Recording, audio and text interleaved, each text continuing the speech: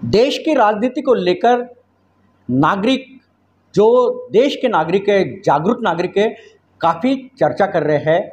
ऐसे में ही नितिन गडकरी जी, जो नागपुर के खासदार और केंद्रीय मंत्री है, हम उन्हीं के विषय को लेकर हम आज चर्चा करेंगे। उन्हें सांसदीय जो बोर्ड होता है वहाँ से उन्हें यानी निकाला गया है। उनके साथ और भी कोई नेता है, उन्हें भी निकाला गया है। आज हमारे बीच इसी विषय पे चर्चा करने के लिए तना नागपुरे सर है, जो कि एक जाने माने कवि है, लेखक है और एक सामाजिक कार्यकर्ता है। तना नागपुरे सर, आपका IBM TV9 न्यूज़ और WH न्यूज़ में बहुत बहुत स्वागत है।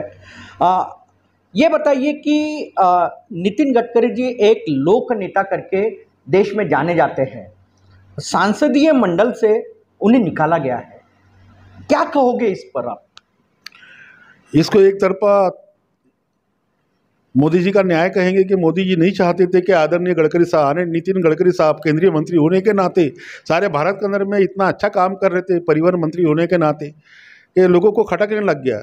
आज पूरे भारत के अंदर के जो रास्ते थे इतने खराब थे कि बराबर परिवहन का काम नहीं हो पाता था, मगर उनके कार्यकाल में आज चारों तरफ के रास्ते, चारों तरफ के ब्रिज, खुद अटल जी उनको गडकरी ने करते हुए रोड करी के नाम से जाने जाते थे।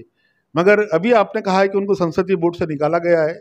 मैं इस पर क्या कहूँ, कहने के लिए मेरे पास में बहुत कुछ नहीं है, मगर ऐसा लगता है कि संसदीय बोर्ड में जो बड़े बड़ी हस्तियां बैठी हुई है आदरणीय मोदी जी के साथ में, उनको लगता था कि भी हमने अगर इनको अपने बराबर रखा, कि इनके कारनामे अगर हमने कहीं ना कहीं नज़रअंदाज नहीं किए तो हमारे समकक्ष हो जाएंगे। आज उनके पास में गृह मंत्री आदरणीय अमित शाह जी बैठे हुए हैं। ये लोग नहीं चाहते कि मोदी जी दिल्ली के दरबार में हमसे ऊंचा हो, ये लोग नहीं चाहते कि इससे कारनामे हमसे भी ज़्यादा बेहतर लोगों की नज़र में चढ़े। अरे वो भूल जाते हैं कि आदरणीय गडकरी साहब को यहाँ के लोगों ने, अरे आदरणीय मोदी जी आपके चुनाव में आए भी नहीं, तब भी यहाँ की जनता ने उनको सर्वोपरि माना है, 2 बार सांसद बनाया है। उसके पहले RSS के बहुत बड़े नेता है। ये भूल गए कि अपने ज़माने में जब यहाँ पे बीजेपी का कोई वर्चस्व नहीं था, आदरणीय नितिन गडकरी साहब रात बेरात में काम करके कहीं ना कहीं दीवारों पे पोस्टर चिपकाते हुए मैंने देखा है। टूटी फूटी लैमिनेटा पर जाकर चिक्की का एक छोटा सा डब्बा लेकर, एक सीढ़ी निशानी लेकर कंधे पे लटकाकर चारों तरफ दीवारों को रंगाती हुए मैंने देखा है। मेरी तरह हजारों कार्यकर्ता ने देखा है।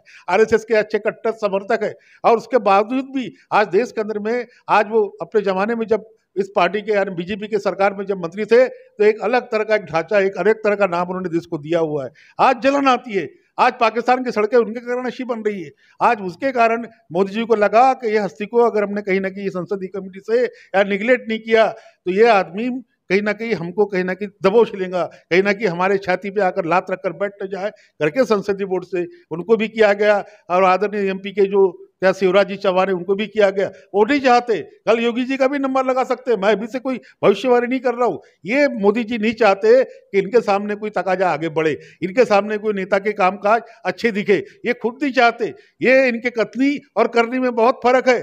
अरे आदरणीय, आज भी मुझे मालूम पड़ा एक चैनल के माध्यम से कि आज भी हमारे माननीय प्रधानमंत्री नरेंद्र मोदी जी के प्रति आज हमारे नितिन गडकरी साहब ने इतनी अच्छी अच्छी बातें किया है कि कसीदाकारी करने वाले शायर भी उनके बारे में ऐसी बात नहीं कर सकते। अच्छा ही बताया है। मोदी जी को देश का सबसे बड़ा नेता बताते हुए उनके राज में आज जो भी लोकतंत्र चल रहा है उसके पाए आज इतने मजबूत है तो मोदी जी के कारण है करके उन्होंने बताया है। नहीं, आप कह रहे हैं वो आपकी अदालत करके एक कार्यक्रम है इंडिया TV में, जो अभी अभी प्रसारित किया गया, उसमें देखा गया कि वो चैनल के माध्यम से गडकरी का जब आपकी अदालत में वो कार्यक्रम शुरू था, तो उन्होंने माननीय जो प्रधानमंत्री है, देश के प्रधानमंत्री, उनको उनके बारे में बहुत अच्छी अच्छी बातें कही और सकारात्मक बातें कही। लेकिन कहीं तो भी केंद्र सरकार, मोदी सरकार जो है वो गडकरी जी को कहीं तो भी यानी उनको पीछे ले जाना चाह रही है, क्या बताओगे? अरे वो जब राष्ट्रीय अध्यक्ष थे भाजपा के तब भी उनके नजर पर हटकते थे।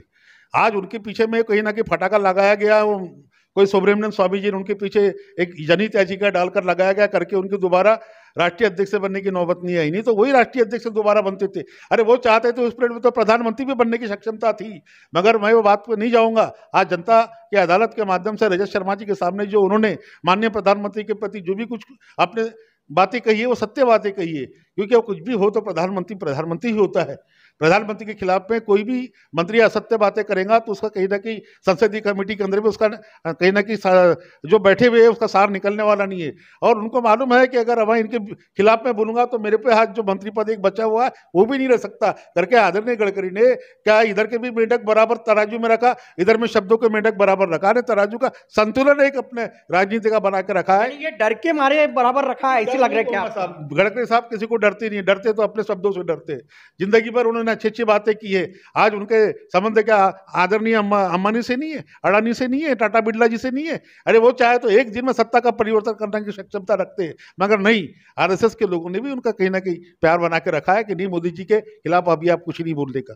अगर जब मोदी जी के खिलाफ बोलना चाहे तो उसको रोक भी कौन सकता है।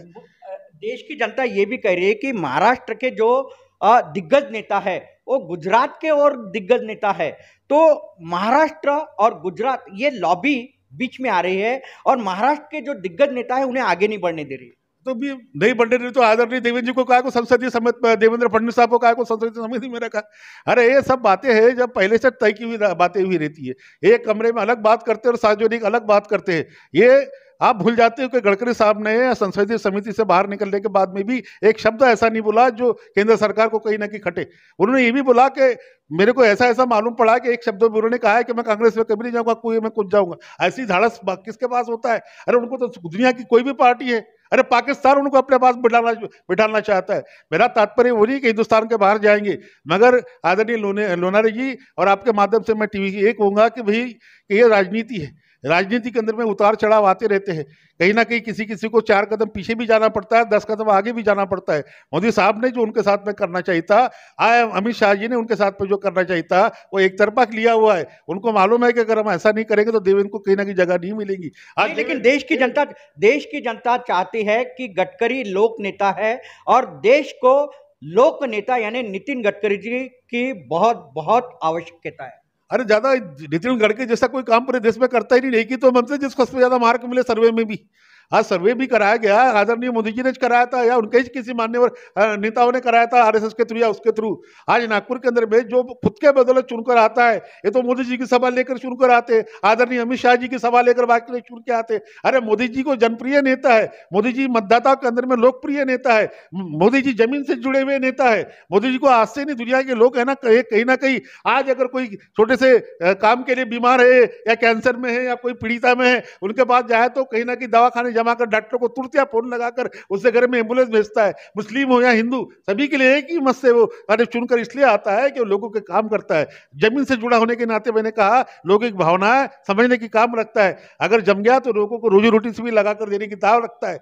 आज मोदी जी की खुद मालूम है कि मोदी जी को ये लगता है कि अगर ये दिल्ली की सरकार के अंदर में अगर ज्यादा देर रह गया तो हमारे पत्ते कहीं ना कहीं ये आने वाली इलेक्शन में पीट सकते हैं करके उसको संसदीय समिति से ये हमारा उन्होंने जो दिखाया है। मैं आपको पहले भी कहा कि ये चाहे तो ये संसदीय समिति से निकलने के बाद में हमारे नितिन गडकरी साहब कुछ ना कुछ इनके खिलाफ बोल सकते थे, मगर नहीं। मैंने भी कहा ना कि राजनीति के नीलकंठ भगवान शंकर जी ने जो निकला था ना, जैसा एक कहावत है कि भी इधर से राक्षस लोग, इधर से दानव लोग, इधर से जो भी देवता लोग अपने अपने हिस्से का कहीं ना कहीं होना चाहिए करके जो भी मिलेगा उसको समेटने के लिए जो आजमाइश कर रहे थे, वो भी उनकी एक राजनीति थी। तो उस राजनीति के अंदर में भगवान शंकर जी को हल मिला तो कैसा यहाँ तक आन दिया और यहीं तक वो नीलकंठ कहलाए। उसी तरह से इनके मन में भी, आदरणीय गडकरी के मन में भी जो भी विष मिला है राजनीति का कहो या आदरणीय मोदी जी के तानों का कहो या उनकी उपेक्षा का कहो या उनको दरकिरार करने का कहो, वो विष को उन्होंने यहाँ तक ही रखा हुआ है। अगर ये विष अगर निगल लेते ना राजनीति के पूरे धुर्रे धुर्रे उड़ जाते थे। लेकिन देश की जनता देख रही है, देश की जनता देख रही है कि देश में जो केंद्र सरकार की ओर से जो षड्यंत्र रचा जा रहा है, जो अच्छे नेताओं को नीचे दिखाया जा रहा है, वो देश की जनता देख रही है। और 2024 में चुनाव है, क्या परिणाम हो सकते हैं? आदरणीय 2024 के चुनाव तो अभी से क्या बताएंगे आगे। और आपको बताओ ना, पहले पुलवामा करवा लेते हैं, ऐसे कुछ और 2-4 कांड करवा लेंगे अपनी तरफ सहानुभूति की तरफ। अरे जब पांचवा क्या बोलते हैं मतदान हो रहा था लोकसभा का 5वीं सीढ़ी का, जब ममता बनर्जी के बंगाल के अंदर में, तो आप गुफा में जाके बैठते हो, आप ढाका में यानी बंगाल के ढाका में जाके भाषण देते हो। ये जो है इनके पास में सारे चाल चलन जो राजनीति के जो तरीके हैं ना इधर उधर करने के, सब इनको आते हैं। मैं कोई उनके खिलाफ बोलने का मानस नहीं रखता हूँ, ना गडकरी के खिलाफ, ना मोदी जी के खिलाफ, ना शाह जी के खिलाफ। इनको सरकार चलाने का है, तो सरकार चलाने के लिए जो तिकड़मबाजी करना है ना, इनको सब आती है। आज ये मुद्दे को भटकाने के लिए आपके पीछे और कोई इशू खड़ा कर देते हैं। आज तक बता रहा ना, उन्होंने साहब कौन से पत्रकार परिषद के सच्चाई पे इन्होंने उजागर किया है, कभी कुछ बोलने नहीं देते। उसी तरह से 2024 में आज तक जिन लोगों ने जो बोला है उस पर कहीं अमल में लाए, जीएसटी लगा देंगे, उसको डिस्टर्ब कोई किए। आज नोटबंदी लगाए, उस पर कोई डिस्टर्ब किए। आज जो जनता कोरोना में त्राहिमाम हुई है, उस पर कोई डिस्टर्ब किए नहीं। अभी आपको बोलते घर में झंडे लगाओ, कभी थाली बजाओ, कुछ उसी तरह से 2024 आते आते ये अपने राजनीतिक सगुप से आपके हमारे बीच में कोई ऐसा कारनामा खड़ा कर देंगे कि जनता का ध्यान भटका देंगे। जनता महंगाई को भूल जाएंगी, जनता उनके किए और भी कुछ फालतू के जो काम है उसको भूल जाएंगी, जनता बेरोजगारी को भूल जाएंगी। बस राजनीति के अंदर में बस मोदी मोदी करते रहेंगे, जैसा नमो नमो करते हैं उसी तरह से अपने तरफ आकर्षित करने के लिए आज राम मुद्दा खड़ा कर देते हो। भगवान राम का मुद्दा खड़ा करने से किसी का पेट भरता है? भगवान राम ने भी बोला मेरा मुद्दा सामने लाओ करके, कभी नहीं। ये इलेक्शन जीतने के जो भी हथकंडे हैं, इनके राजनीति के मायने यही रहते कि कुछ ना कुछ क्या बोलते फिका परस्ती के वादे करो और लोगों को आपस में भड़काओ, हिंदू को हिंदू से भड़काओ, मुसलमान से मुसलमान को भड़काओ। ये जो कहीं ना कहीं जो भाई भतीजावाद के अंदर में एक जातिवाद लाकर घुसेड़ देते हैं, सांप्रदायिक तनाव को बढ़ा देते हैं, जिहादियों को कहीं ना कहीं बढ़ावा देते हैं। ये जो बढ़ावा देकर ही कहीं ना कहीं 24 के चुनाव में अपनी कहीं ना कहीं ये मानस व्यक्त करने वाले, राजनीति को चमकाने वाले, हो सकता है चुनकर भी आ जाए। उन्होंने बोला है ना 2040 तक हम राज करेंगे करके, तो मोदी जी साहब के पास में, आदरणीय मोदी जी के पास में उतनी सक्षमता है। आज उनके पास में सरकारें गिराने के पावर है, कई सरकारें उनके इशारे पे गिर रही है, गोवा की गिर गई है, झारखंड की गिराने की तकलीफ है। आज वो बेचारा कैसे भी नीति क्या बोलते वो बिहार की सरकार बच गई है। अरे बिहार की बची करके आप देखा नहीं क्या महाराष्ट्र की सरकार का क्या कारनामा वहां करके उद्धव जी के साथ में? ये सबको मालूम है कि इनके पास में ऐसे तिकड़मबाज लोग हैं, एक ही रात में करोड़ों रुपए इधर से उधर फेरने की ताकत रखते हैं। ये सब आता कहां से है? और मोदी जी ये आपको क्रूरता दिखाकर मिलता भी क्या है? आज गडकरी के साथ दिखाए और देवेंद्र जी को लगता है कि संसदीय गोट में बिठाकर आपके साथ में बहुत बड़ा गडकरी के खिलाफ आपको जो मानस दिया उससे अच्छा हुआ है। अरे आज जब गडकरी साहब को जब भगा सकते हैं, कल के आपको सिर पे बिठाने वाले हो, आप उनके समकक्ष बनेंगे तो कल आपको भी दरकिरार करने वाले हो। वैसे भी आदरणीय देवेंद्र जी के कारण बहुत सी बातें जो होना नहीं चाहिए, आज ना गडकरी को पट रही है ना देवेंद्र जी को पट रही है, मगर इनको तो पटरी के साले दोनों लड़ेंगे, अरे आपस में दोनों मान्यवर नेता लड़ेंगे, दिल मजा करेंगे। ये देवेंद्र जी के समझ में नहीं आ रहा है। आज गडकरी साहब जो है वो अपने जमीन से उठी हुई है। आप भी अपने पिताजी का नाम लेकर आज भी बोलते कि मैं जो भी कुछ हूँ देवेंद्र जी के पिताजी के कारण हूँ। आज गडकरी साहब ने कई महफिलों में बोला है, मगर माननीय देवेंद्र फडणवीस साहब को मालूम नहीं कौन से मूड में आ जाते हैं। मेरी कोई औकात नहीं उनके खिलाफ बोलने की। ये देवेंद्र जी के और गडकरी साहब पे मेरे पे बहुत से उपकार है। दलित मित्र मेरे को दिया है लोनारे जी उन्होंने। आज देवेंद्र जी ने भी मेरे लिए कहीं ना कहीं अपने जगह जाकर अलग जगह तब तरहनाकुरी आज कहीं ना कहीं जीरा में घर तक आए। तो ये सब बातें इसलिए मैं बोल रहा हूँ कि मोदी जी से भी मिलाने वाले मेरे को देवेंद्र जी से करके मैं बोल रहा हूँ कि 24 के चुनाव में ये कांग्रेस की आपस में इतने बिखरे हुए हैं, इनका कुनबा इतना बिखरा हुआ है। आज आपने भी कहा है कि बाबा को क्या राहुल साहब अगर बनना चाहे तो उनको कुछ बोलना नहीं आता करके प्रोपेगेंडा कर देते, और सोनिया जी तो हमेशा कहीं ना कहीं तबीयत की अस्वस्थता को लेकर इनके बराबर मुकाबला नहीं कर सकती है। ये सारे कमजोरियां इनको मालूम है करके देवेंद्र जी को इस राजनीति में लाने के पीछे गडकरी साहब का बहुत बड़ा हाथ है, ऐसे उन्होंने कल एक मुलाकात में कहा है। अरे दादा, गडकरी साहब ने जो उनको आगे आने का मौका दिया है, वो चाहते तो उस जमाने में उनके पिताजी की जगह पे लड़ते नहीं थे क्या? उनके पिताजी की जगह पे आने आदर स्वर्गीय गंगाधर जी फडणवीस के जगह पे वो लड़े हैं। उनकी जो पुश्तैनी सीट है आज उस जगह पे वो अभिजीत बंजारी जो बैठे हुई है। मेरा तात्पर्य क्या आता है, गडकरी साहब ऐसे सक्षम नेता है, लोगों को चलने वाले नेता है। देवेंद्र तो उनसे बहुत छोटे। देवेंद्र जी ने भी उनके साथ में कुछ ना कुछ सहयोग देकर उनके साथ में बहुत सी राजनीति किया है, मगर जो राजनीति महाराष्ट्र की जो हो रही है या उनको दरकिनार गडकरी साहब को दरकिनार करके हो रही है, ये गडकरी साहब ऐसे सरकारें गिराने का काम नहीं करते, लोगों की टांग पड़ के खींचने का काम नहीं करते। गडकरी साहब तो खुलेआम नंगे की चोट पे काम करते हैं और करके दिखाते हैं, करके ही दिल्ली वालों की नींद खराब होती है। ये पीठ पे छुरा घोपने का काम करते हैं, बुलाकर बोल देते को बाहर कर दिए रे, हो गया। अरे तुमने अगर गडकरी साहब को ज्यादा कुछ बोले तो तुमको सालों को अंदर कर दो रे। हाँ, गडकरी देवेंद्र जी को भी बात मालूम है कि हमारे खिलाफ कुछ बोलेंगे तो साला उसको अंदर कर देंगे। आज उद्धव ठाकरे के खिलाफ लगे हुई है, आज उनके परिवार के खिलाफ लगे हुए, अकेला कैसा गिराना है सरकारों को, ये उनका मानस रहता है। करके 2024 के चुनाव में भाजपा का जो कहीं ना कहीं आज जो कार्यक्रम चल रहा है देश के अंदर में, वो एक तरफा चल रहा है। कांग्रेस को हटाओ, गरीबी को फिर से और गरीब करो, पूंजीपतियों को बहुत सक्षम करो। ऐसा करने का जो मानस आज बीजेपी का चल रहा है, ये आने वाले लोकतंत्र के लिए बहुत खतरे का है, हमारे संविधान के लिए तो बहुत ही घातक है। संविधान को तो वो मानते ही नहीं, ये मनोवादी विचारों को लेकर चलते हैं।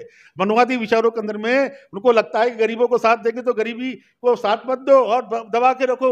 ये लोग अडानी को, क्या है अडानी के पास में, मगर अडानी को आज कहाँ के वो बंगाल का कहीं ना कहीं ठेका देकर रख रहे कि आज बिजली का उनको ठेका दे रहे।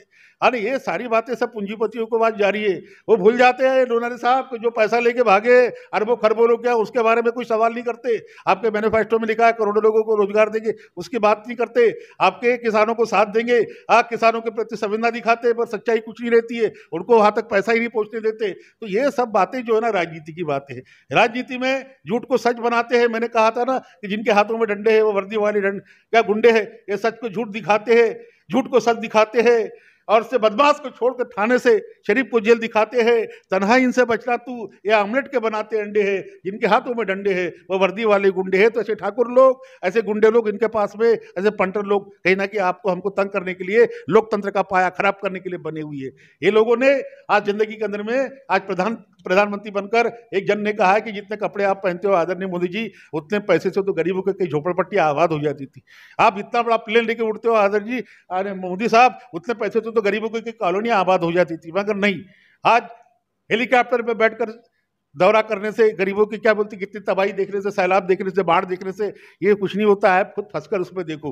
तुलसीदास जी ने कहा है ना कि जिसके पाँव न पड़ी वो बीवाई, वो क्या जाने पीर पर आई। आप तो पीर पर आई को कुछ जानते ही नहीं हो। आपको लगता है कि मेरा पेट भर गया करके हिंदुस्तान का पेट अरे खाली नहीं है। ये सब क्या है, ये कोरोना के कारण कितने लोगों के घर बर्बाद हुए हैं, आपको जीएसटी के कारण कितने लोग बेरोजगार हुए हैं, और जीएसटी के कारण कितने लोगों के उद्योग धंधे खराब हुए। बाबूजी यानी आदरणीय मोदी जी, आप इस पर ख्याल ही नहीं करते। आप तो ये बोलते कि ये साला राज्य कैसा त्रस्त होगा, इसको कैसा तबाह किया जाए, ये खिलती हंसती खिलती सरकार को कैसा सालों को अपने कहीं ना कहीं रोने के लिए मजबूर किया जाए। अरे कैसे बिकने वाले सांसदों को आप खरीद लेते हो, कैसे बिकने वाले आमदारों को आप खरीद लेते हो, मंत्रियों को आप खरीद लेते हो। ये पहले कहीं जंजाल पहले के सरकारों में नहीं था, पर जब से आपके बीजेपी की केंद्र में सरकार आई है तब से सारे राजनीतिक घालमेल बदल चुके हैं, जीने के अंदाज बदल चुके हैं। आप कहीं ना कहीं घर घर में शराब लाओ करके आप बोलोगे, जैसा झंडा लगाओ कल करके कुछ भी बोल सकते हो करके। मैं बोल रहा हूँ आपको, ये लोकतंत्र के अंदर में जब 2024 का जब लोकसभा का चुनाव आएगा तो अभी भी मुझे लगता है कि बीजेपी इतनी कमजोर नहीं है। भला ही कांग्रेस कुछ भी दावा करे, विपक्ष को लेकर सारे लोग एक जगह बैठे, तब भी फिलहाल तो मोदी साहब को कमजोरी कोई बताते नहीं है। मगर रही नितिन गडकरी साहब, आज भी सारे दुनिया के भारत के जितने भी मंत्री, केंद्रीय मंत्री है, उसको पहचानने वाले मंत्री है, आज भी गडकरी साहब के प्रति समर्पण रखते हैं। अगर वो एक आवाज लाए तो कल मोदी जी आपको भी कहीं ना कहीं शर्मिंदा कराने का मानस बाधा वो रखते। भला ही आपकी तारीफ कर रहे हो, मैं मानता हूं आपके प्रति वो कभी आज तक अशिष्ट की बात नहीं की है, बदतमीजी की बात ही नहीं की है, अप्रिय बात ही नहीं की है, आपको नाराज करने की बात ही नहीं की है। मगर आपने संसदीय समिति से उनको दरकिनार करके जो नाराजगी आपने खुद को जो समझना चाहिए, मालूम नहीं आपने ऐसा क्यों किए। या आज भी मैं तरह नागपुरी समझ नहीं पाता हूँ। तो गडकरी साहब जैसा नेता तो हमारे गरीबों को आज मसीहा है, आज लोगों को कहीं ना कहीं काम धंधे पर लगाने वाला ऐसा नेता है जो खुद के बदौलत आज खुद के बदल चुन कर आने की जो क्षमता रहता है, आज पूरे भारत के रोडों को कहीं ना कहीं चमकाने की जो सरस रखता है, जो सिंगापुर बनाने का नागपुर को कहीं ना कहीं मानस रखता है, ऐसा नेता कि दूध पे धोकर भी लाओ तो गंगा के पानी से नहला के भी लाओ, तो ऐसा नेता आपको पाक साफ मिलने वाला नहीं है करके।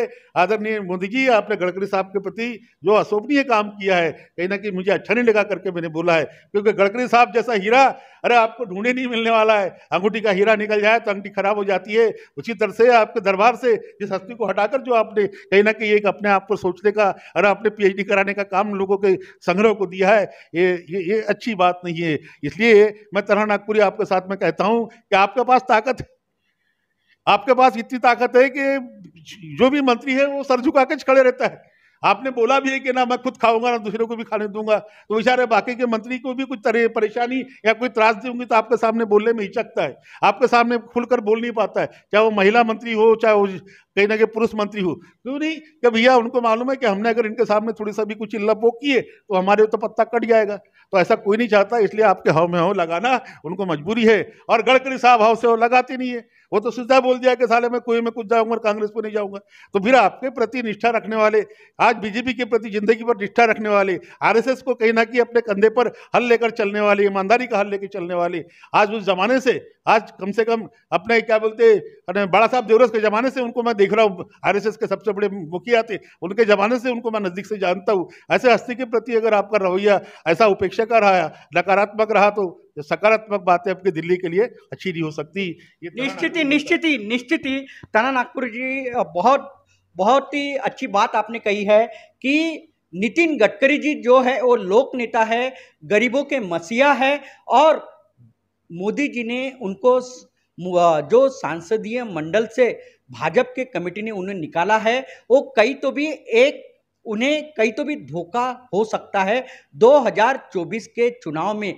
गडकरी जी जो है वो लोगों के लिए काम करते हैं, जमीन लेवल का काम करते हैं, वो गरीबों के लिए काम करते हैं, और ऐसी नेता को अगर संसदीय मंडल से निकालते हैं तो कहीं तो भी ये देश के एक अच्छे नेता के प्रति एक अनदेखी किए समान एक संदेश है।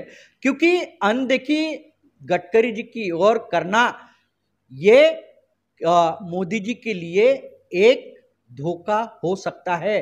2024 के चुनाव में, लोकसभा और विधानसभा के चुनाव में महाराष्ट्र की जनता और महाराष्ट्र के मतदाता अगर चाहे तो गडकरी जी के पीछे खड़े रह सकते हैं और चुनाव में गडकरी के साथ ही वो जैसी बोलेंगे वैसी मतदान कर सकते हैं। मेरा एक ही कहना है कि संसदीय मंडल से गडकरी जी को निकालना नहीं था, और उनके साथ जिनको भी निकाला है उनको भी निकालना नहीं था, क्योंकि मोदी जी आप काम अच्छा कर रहे हो, लेकिन इन नेताओं को निकाल के कहीं तो भी आपको 2024 के चुनाव में कहीं तो भी आपको इसका भुगतान भुगतना पड़ेगा। ऐसी ही हमारे ताना नागपुर जी ने कहा है। तो आप देखते रहिए IBM TV 9 news WH news. हमारे चैनल को लाइक करें, सब्सक्राइब करें, आइकॉन बेल बटन दबाना न भूले। धन्यवाद, नमस्कार, जय हिंद।